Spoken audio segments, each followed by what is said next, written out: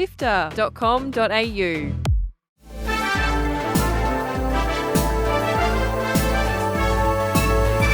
Hi, I'm Kyle Paletto. And I'm Fiona Bartholomeus. Welcome to Walkthrough, Sifter's weekly recap on the biggest news in gaming.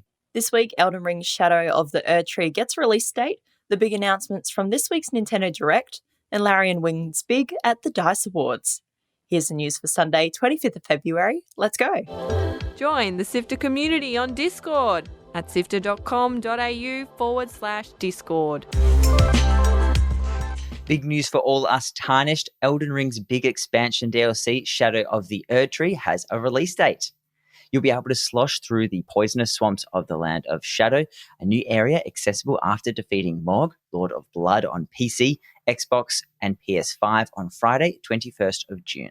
The area is said to be larger than Limgrave in the base game, with new bosses, weapons, and a Sekiro-like attack power system. The big tree shown in the new trailer is the Erdtree, and between its spooky branches, we'll learn more about Miquella, Mesmer, and Queen Marika, who are all tied to the Land of Shadow. There'll be plenty of secrets to discover, no doubt, and Elden Ring players will be sure to bloody bang on about it constantly, so get ready for a few more months of them being insufferable from June. Nintendo is back with another direct partner showcase, and boy, was it a big one. A blast from the past, and one I never thought would get a remaster, is Epic Mickey Rebrushed. It's an enhanced version of the 2010 platformer where the Disney mascot uses a magic paintbrush to draw or erase objects during his quest. It's getting better visuals, quality of life improvements, and new skills and abilities. No release date yet, but it is coming to Switch later this year.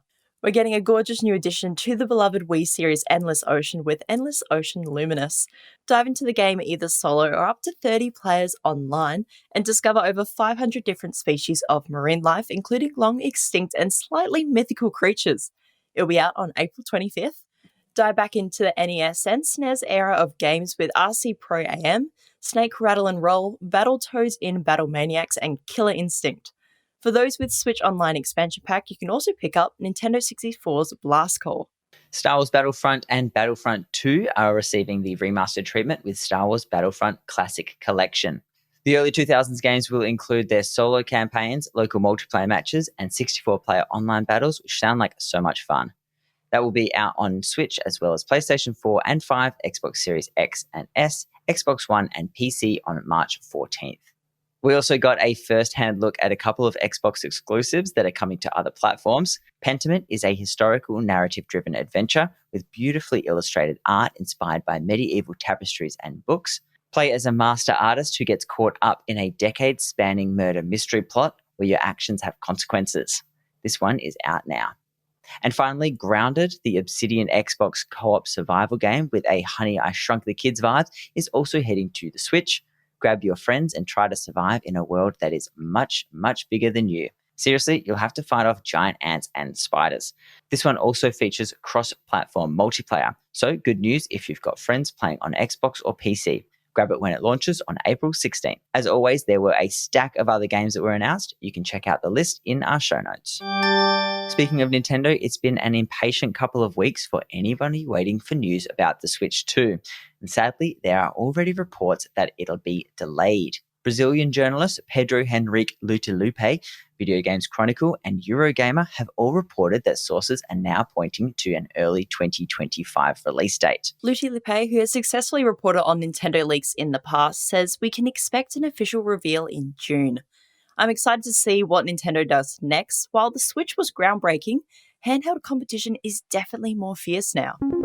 After a hotfix to Baldur's Gate 3 last week broke everyone's mods, Larian's director of publishing, Michael Dowds, posted that the studio was working on official cross-platform modding support later this year. At the moment, a number of scripts need to be constantly updated and adjusted as patches are released, so it's a bit of a cat and mouse game to keep those mods running. Larian production head David Walgrave got up on stage to accept the Game of the Year award at the 27th Annual DICE Awards last week, calling out the pressure from shareholders responsible for thousands of game developers at other studios losing their jobs. Last year I started thinking the secret to our success is the decisions that we make come from what does the player want? What do I think is best for the game? What is the most fun? What is the most crazy? People telling us we shouldn't do this, or we can't do it, or this is too challenging or too hard. that usually just gives us a kick up the arse to actually make it happen. We ask you to pay one price only for the game, and that's it. You can own it for the rest of your life. We don't have shareholders, but we also don't think about them. But what we have tried in the last 20 years is to treat people like we would like to be treated ourselves as players, as gamers. So we don't make decisions where we think this could make us the most money. On the long run, building a community, building a player base, building games that are actually fun is going to make you the most money. That's it. A unique studio in a unique position, but I'm sure most of us hope that the rest of the industry can move in Larian's direction for the sake of all developers. Xbox Cloud Gaming does allow for a few non-Game Pass free-to-play games like Fortnite, but in most cases, only titles included in the subscription could be played from the cloud. It was originally announced as arriving in 2022, but a random Xbox player messaged Phil Spencer through Xbox chat feature who said, should be this year, so there you go. Expect a legitimate announcement soon, I'd say. Helldivers 2 has broken even more player records this week. Last weekend, over 333,000 concurrent PC players logged in to shoot bugs, fight socialist robots, and blow themselves up for liberty, surpassing the player count for all other PlayStation PC ports. Whether it's because it launched on PC and PlayStation 5 at the same time, or just because it's a super fun game, it's hard to tell. There's still some pretty big server issues and bugs going on though, some of which have occurred because of the massive number of people trying to play the game. The team have been busily working to increase server capacity and have released several patches in the last few days to help squash crashes, fix matchmaking, and one to kick players idling in the server. So let's hope the server queues will finally settle down.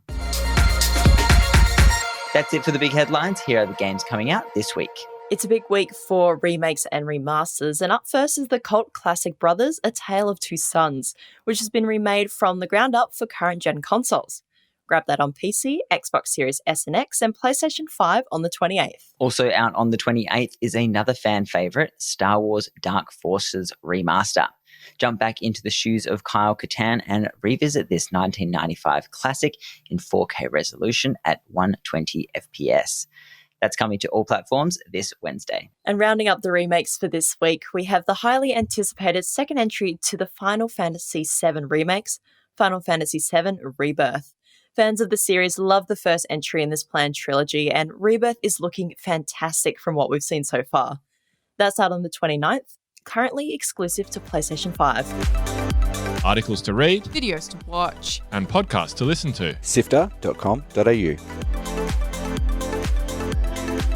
This has been Walkthrough by Sifter. My name is Kyle Poletto. And my name is Fiona Bartholomeus. Thanks so much for listening. We know you love our podcast, so why not become a monthly backer on Ko-Fi?